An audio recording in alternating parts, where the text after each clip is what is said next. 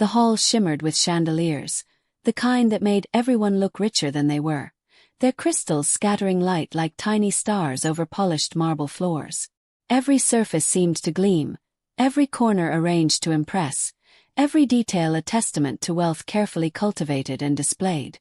Guests floated through the space as if weightless, draped in gowns that shimmered with silk and satin, while men adjusted cufflinks that gleamed like miniature trophies. Glasses of champagne caught the light like liquid gold, and the soft murmur of conversation carried an undertone of subtle judgment, a quiet assessment of who belonged and who didn't. The air smelled faintly of roses and expensive perfumes, a scent designed to impress and intimidate all at once. It was supposed to be a night of joy, the wedding of Daniel Huxley, heir to one of the most influential business families in the city, and Amara Lewis, a quiet woman whose background didn't quite fit the glossy picture painted by the Huxley name. From the outside, this union was a perfect story. Love transcending wealth, the underdog marrying into power. But beneath the polished smiles and polite toasts, an invisible tension hummed in the air, a current that only those who truly looked could feel. Her family arrived dressed in modest clothes, neatly pressed but undeniably simple, their smiles kind but nervous, as if they were stepping into another world entirely. You could see it in their eyes, the unease of being surrounded by wealth that measured worth in silk, diamonds, and social standing rather than in human dignity or effort. Every careful step they took across the polished marble floors seemed to whisper, "We do not belong here." Amara's mother clutched a small, plainly wrapped box as they approached the gift table. It was the kind of gift that spoke of thoughtfulness, of love, of heart, rather than of money. She offered it with a gentle smile, her hands trembling slightly, not from fear but from the weight of expectation pressing on her chest. The gesture, humble and sincere, was met with the faintest snort from Daniel's aunt, a sound so quiet that many might have missed it, yet sharp enough to pierce the fragile bubble of composure that Amara's family maintained. "Oh dear," the aunt whispered to her companion, her tone laced with amusement and disbelief. "They couldn't even afford proper packaging." Her words were soft, but they carried the sting of judgment. The laughter, restrained but unmistakable, began to ripple across the table nearby, subtle yet pointed, a reminder to Amara's family that they were outsiders, intruders in a world where their worth was being measured by something they could never match. Amara felt the sound reach her across the hall like a physical weight pressing on her chest. Her hands trembled slightly as she tucked the box aside, carefully keeping it close to her heart, hiding it from prying eyes. Her expression remained composed, almost serene, but inside a storm was gathering. Every whispered comment, every smirk, every sideways glance fueled a quiet determination. She could feel the blood rushing through her veins, a mixture of indignation and controlled anger. The world may have tried to define her worth by her family's modest means, by the simplicity of her upbringing, by the plainness of a small wrapped box. But she knew, deep down, that there was value far beyond the glittering displays surrounding her.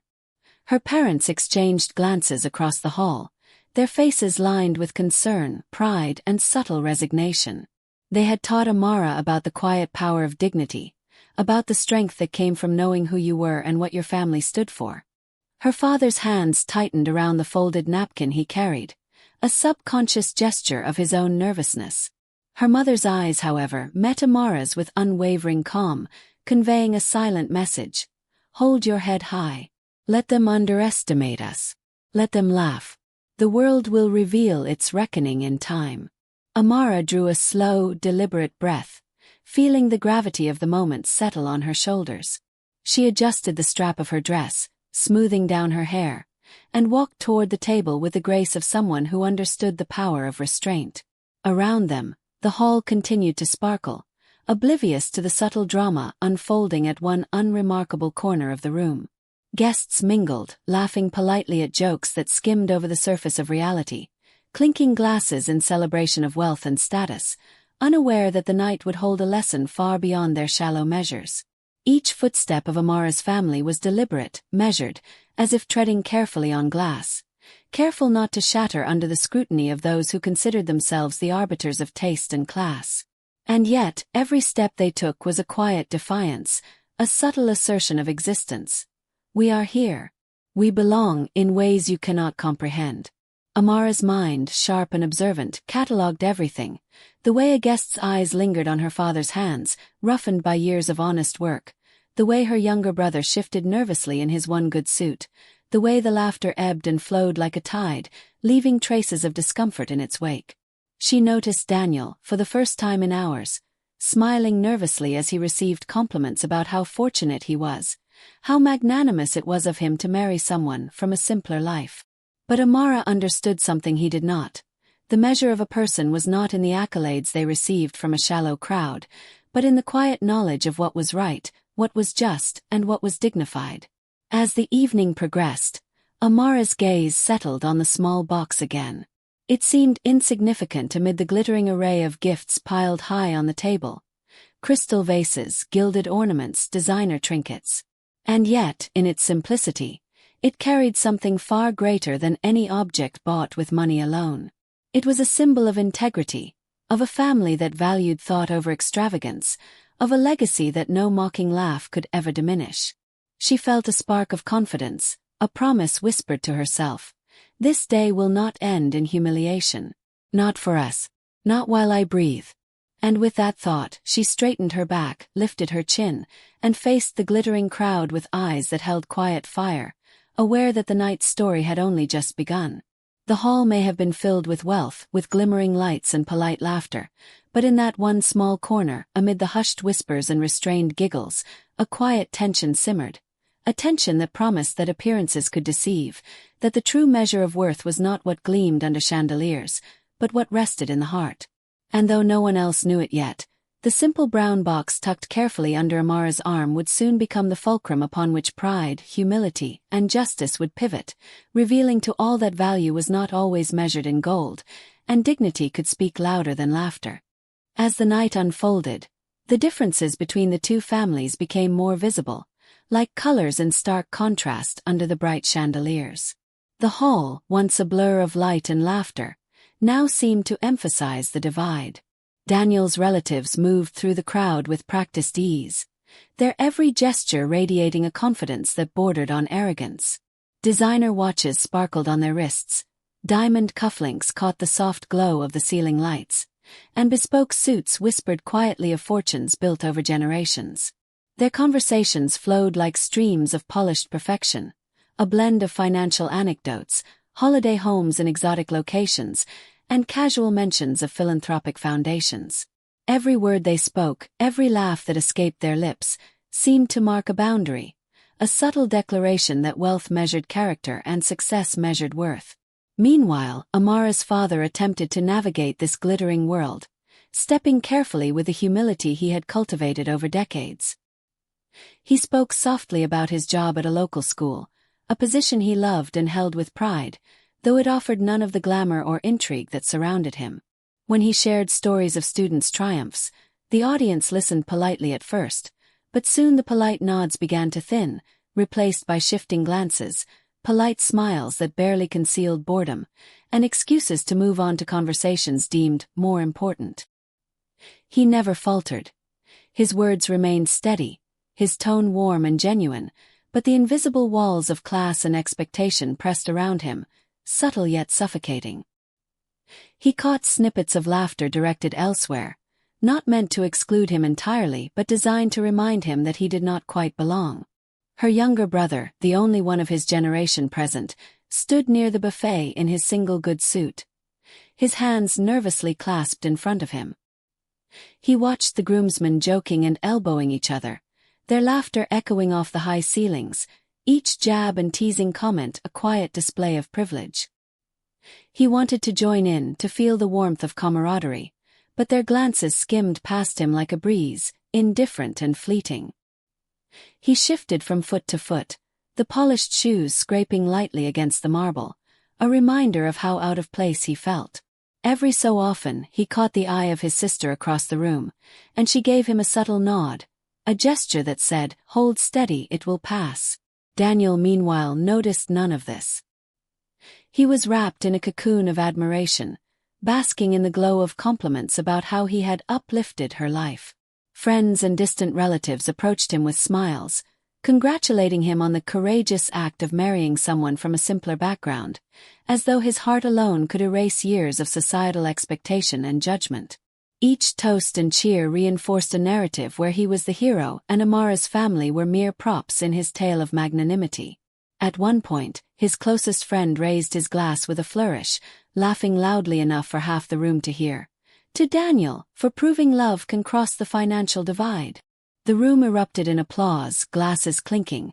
Some guests who barely knew the couple cheering because they sensed a story that fit neatly into the glamorous, predictable pattern of weddings they admired. Amara smiled faintly in response to the noise. The smile polite, almost automatic, a mask worn to meet the world's expectations. Inside, however, her heart sank. The smiles, the applause, the champagne toasts, none of it felt genuine to her. She understood that it wasn't love that had crossed a divide that night. No, it was dignity that was being quietly trampled under the weight of arrogance and assumption. Every polished remark about generosity, every congratulatory smile that seemed to sparkle with superiority, reminded her that the narrative was skewed. The world had reduced her family's worth to their attire, to the humble nature of the gift they had brought, to the assumptions made about what money could buy and what character truly meant. Her parents sat quietly at their table, a small island of composure amidst the glittering currents of judgment. They spoke little, listening as the room buzzed around them, pretending not to hear the subtle insults, the laughter that skimmed their way, the small remarks that were meant to remind them of their place. And yet, in their silence, there was power, the quiet dignity of people who had lived lives of honesty, integrity, and hard work. They did not need to shout to be heard. They did not need to flash wealth or flaunt status to command respect. Their calm presence was a testament to resilience, a subtle reminder that character could withstand ridicule and remain unshaken. Across the hall, Amara caught her mother's gaze, and in that fleeting moment, the world outside seemed to fade. Her mother's eyes held a story that words could never capture. Years of struggle, countless lessons taught in quiet moments, a legacy of strength passed down without the need for spectacle. She gave her daughter a small nod, almost imperceptible, yet charged with meaning. "Storms don't last forever," it said. "The world may laugh now, but the truth will reveal itself." In that glance, Amara felt a surge of courage, a reaffirmation of everything her family had ever stood for.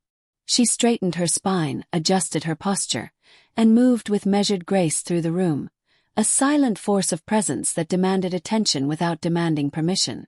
Around her, the wedding continued, oblivious to the subtle currents of tension. Guests mingled, clinking glasses, discussing yachts, real estate, and the latest high-profile events, unaware of the quiet defiance being enacted in their midst. Amara felt their stares, sometimes dismissive, sometimes curious, and met each one with a calm confidence that belied the nerves she felt moments earlier. Every whispered remark, every glance, every faint smirk became a brushstroke in a larger picture. A picture of patience, of quiet strength, of understanding that true value was never measured in gold, applause, or the shallow assessments of others. By the time the evening stretched into the later hours, Amara's heart had settled. She had navigated the currents of judgment and privilege, held her head high, and kept the integrity of her family intact. The small, humble gestures, the careful choices, the composure she maintained, all of it coalesced into a quiet statement that would resonate far beyond the room. And though the world around her had yet to acknowledge it, she knew in her heart that dignity, patience, and quiet confidence would always outshine arrogance and shallow displays of wealth. The night had begun with disparity, but it had also begun to teach her something crucial. True strength was revealed in restraint, true courage in humility, and real worth could never be measured by applause. When the time came for opening the gifts, the atmosphere in the grand hall shifted subtly, as if the chandeliers themselves held their breath in anticipation. The guests, already basking in the glow of luxury, began to gather around the table where the gifts were stacked in gleaming piles. Crystal vases sparkled under the warm light, their delicate designs catching reflections like tiny prisms. Gold watches gleamed with quiet arrogance, straps that spoke of designer brands, each tick a reminder of the wealth and precision of those who could afford them. Handbags with logos stitched in gold thread sat like jewels, drawing admiring murmurs from the crowd. Each gift elicited a ripple of awe, soft gasps, polite exclamations, and the occasional whispered commentary about price, rarity, or prestige.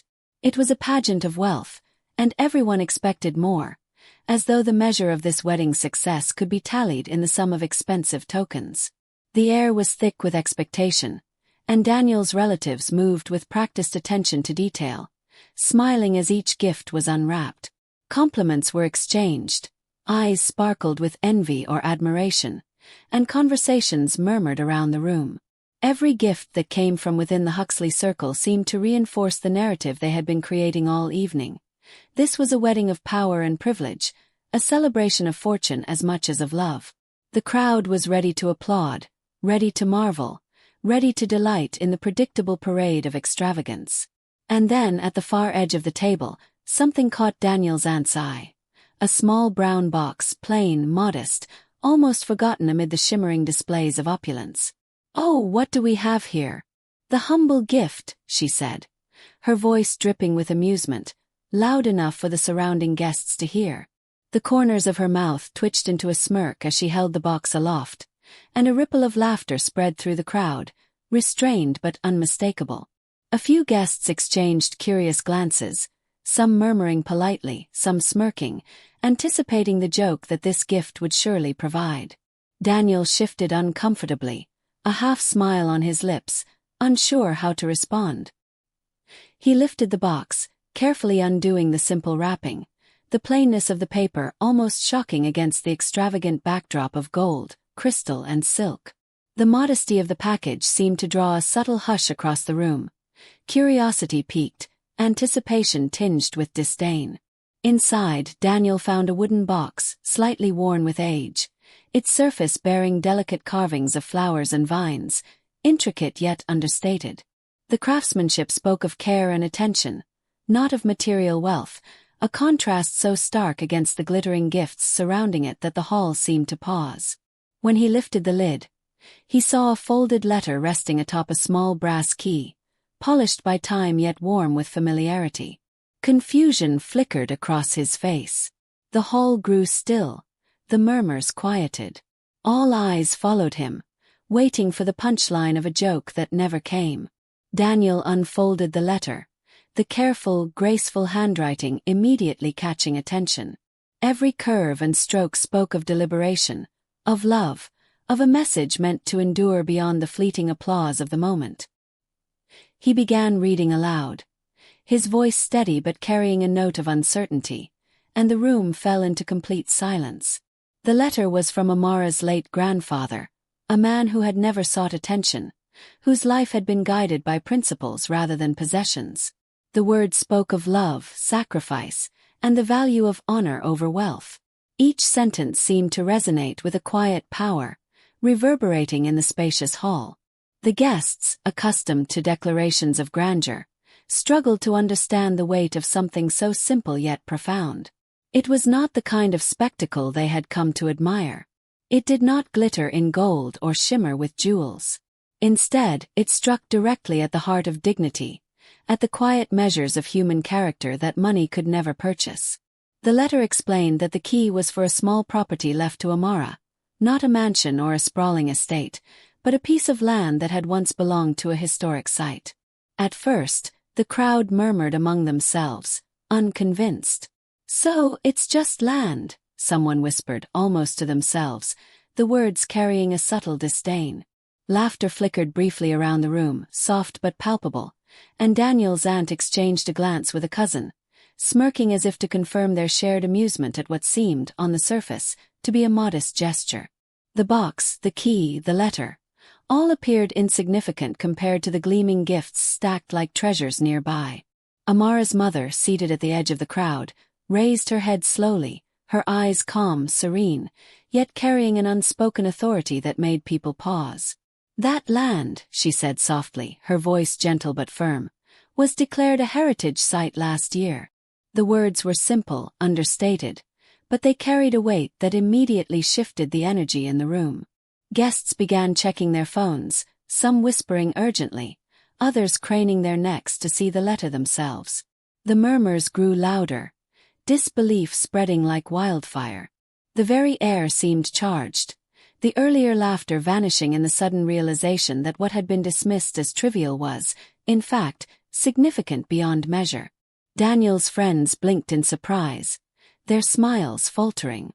Daniel himself froze, the key and letter resting heavy in his hands. The room that had been filled with chatter and clinking glasses now held a stunned silence. People's expressions flickered between shock, admiration, and guilt. The aunt who had laughed moments before looked pale, her hand pressed to her chest as if to steady herself. The guests who had whispered among themselves now whispered in hushed tones, checking details, verifying the truth.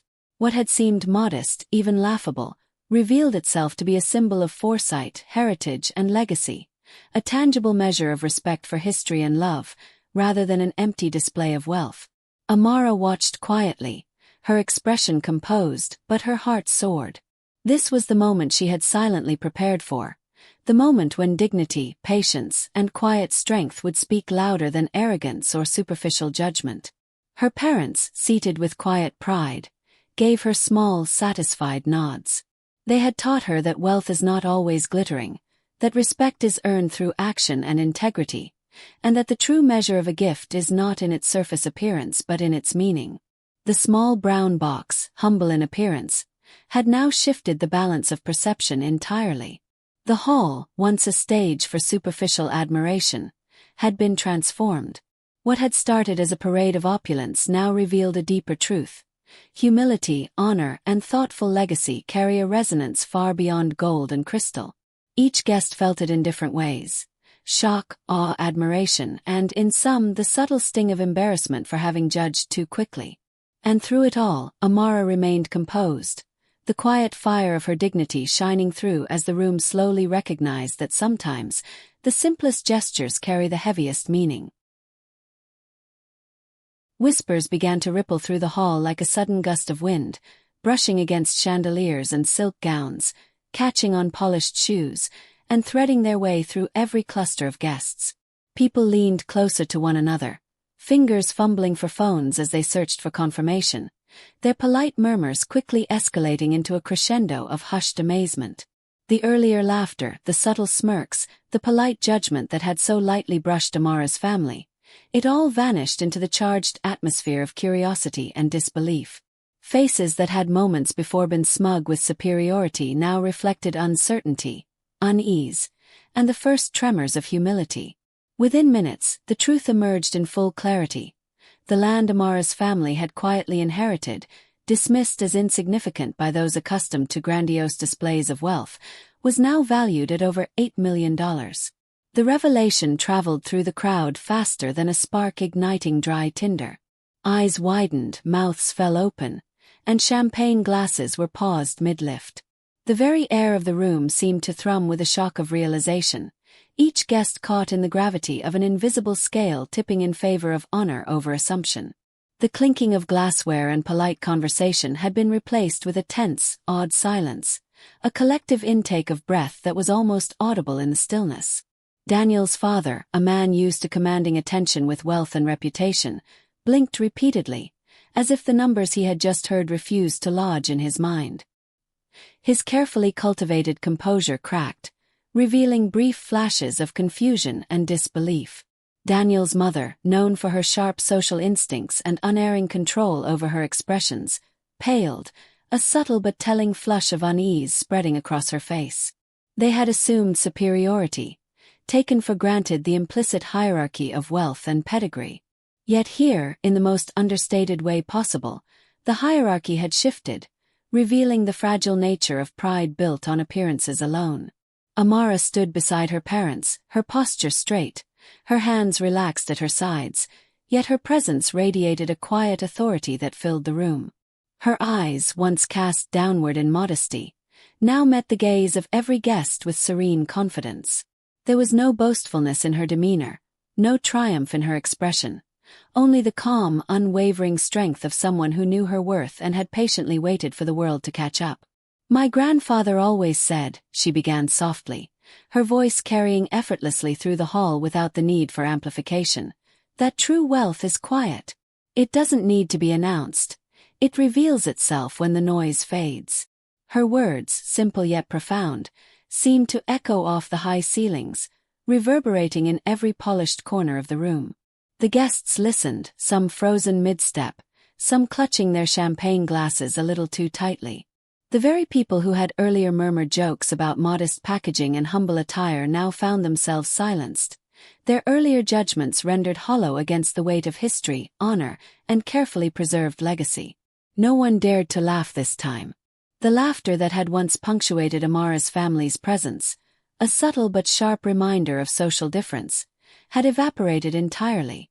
Every eye in the room now followed her, drawn not by wealth alone but by the undeniable gravity of dignity in action. Even Daniel, who had spent the evening basking in admiration and adulation, was rendered speechless. His hand, previously steady with the confidence of inherited privilege, now trembled slightly as he held his champagne glass.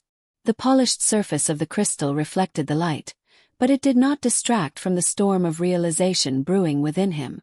For the first time that evening, he felt the weight of being a bystander in someone else's story, a story that was not dictated by appearances, extravagance, or the approval of the crowd. The very family they had mocked so lightly, with laughter hidden behind polite smiles, had just humbled them without uttering a single word of confrontation, without raising their voices or making a scene. It was a lesson delivered with elegance, precision, and quiet power, the kind that left an indelible mark on all who witnessed it. The shift in energy was palpable. Conversations ceased entirely, replaced by astonished glances, whispered exclamations, and the unmistakable rustle of social recalibration. Guests who had earlier positioned themselves near Amara's family with subtle disdain now leaned in, not in camaraderie but in curiosity, the unspoken realization that their assumptions had been completely upended. Those who had clinked glasses in celebration of what they thought was generosity now found themselves questioning the true measure of wealth and character. Every gesture that had seemed insignificant, the folding of hands, the calm smile, the patient composure, now shone with an undeniable radiance, a quiet but brilliant triumph over arrogance. Amara's parents, seated with a grace that mirrored their daughters, offered small nods of pride, subtle but unmistakable. They had taught her the lessons of patience, integrity, and the quiet power of dignity. They had instilled in her the understanding that worth is not measured by the applause of others, but by the quiet constancy of one's principles. In that moment, the small brown box, once a symbol of humility that invited scorn, had become a beacon of moral and emotional authority. It spoke of foresight, honor, and legacy, of the profound truth that appearances are deceiving, and that the loudest declarations are often the most hollow. As the hall adjusted to the new reality, Amara felt a sense of serene satisfaction wash over her. She did not relish the astonishment or embarrassment of the guests. Her triumph was quieter, deeper, a reaffirmation that patience and dignity, exercised consistently, carry their own power. The people who had dismissed her, underestimated her, or judged her family's worth in the brief moments of laughter now had no choice but to witness the quiet justice of time, preparation, and principled living. And in that stillness, the moral of the evening shone through like a chandelier reflecting a single focused beam of light.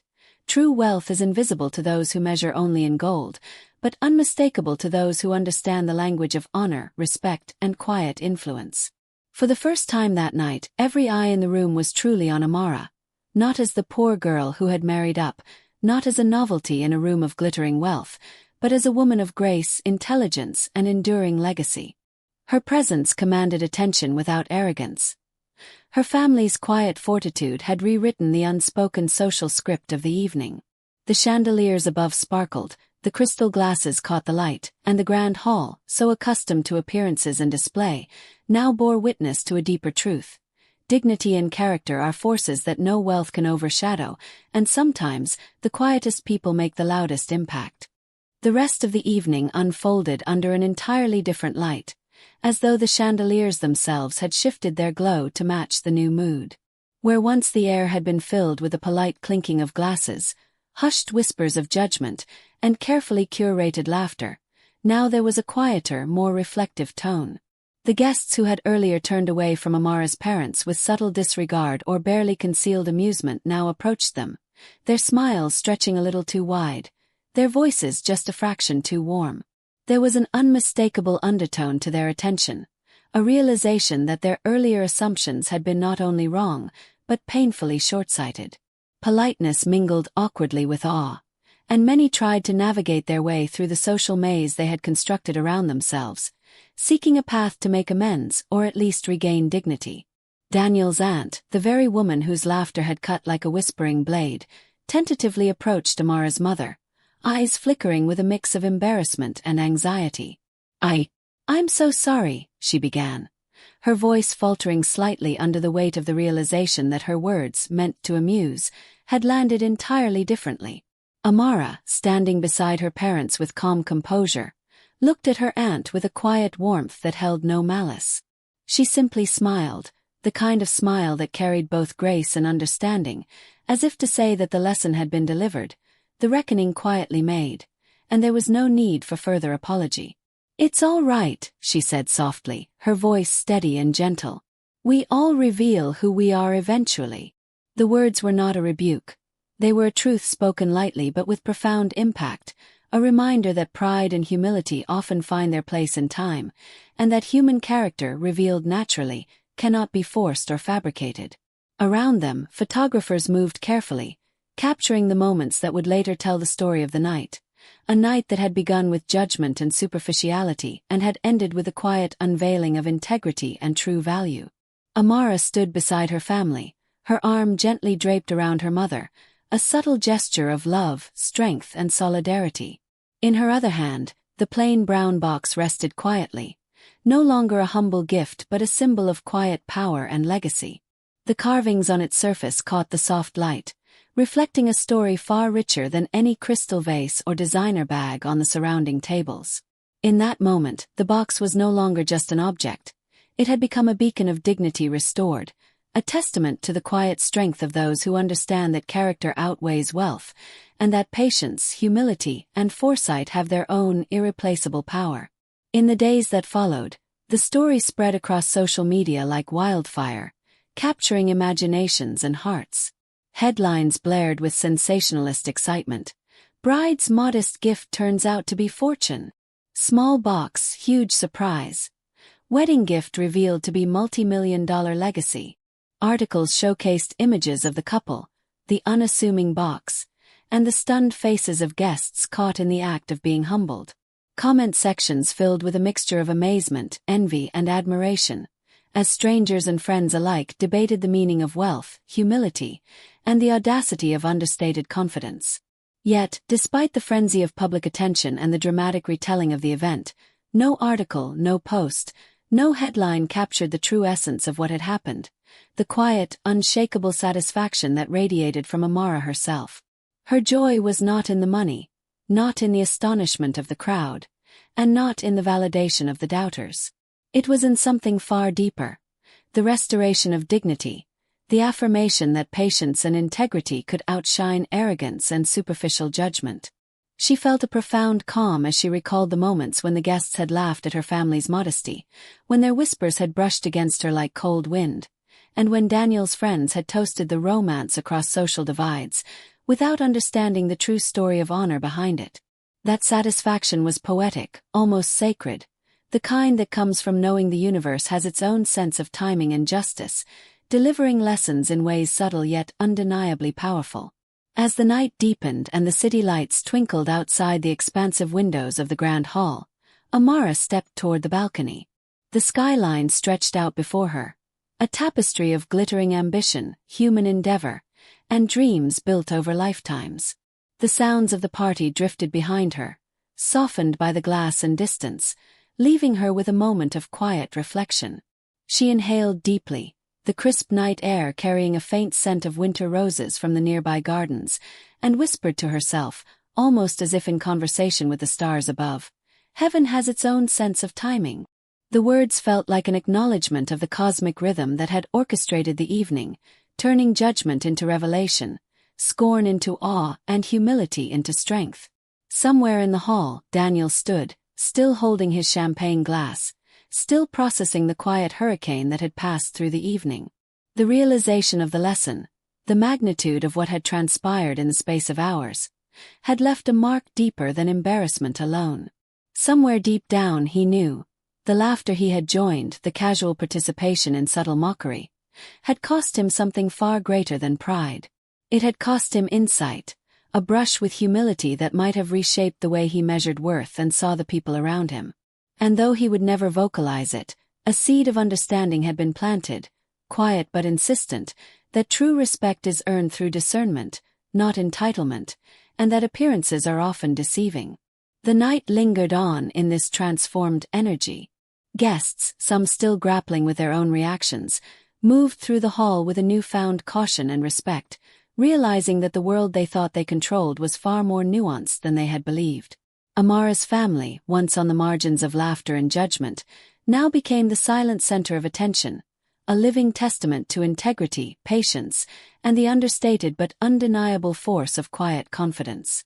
Each smile she offered, each nod of acknowledgement, carried more weight than any display of wealth could have managed. Every photograph taken that evening, of Amara beside her parents, the humble brown box in her hand, and the subtle expressions of surprise around the hall, told a story of dignity restored, humility triumphing, and grace prevailing. And as the night finally drew to a close, with the last guests departing and the chandeliers dimmed to a soft glow, Amara remained at the window, gazing out over the sleeping city. She felt a stillness settle over her, a deep, contented peace.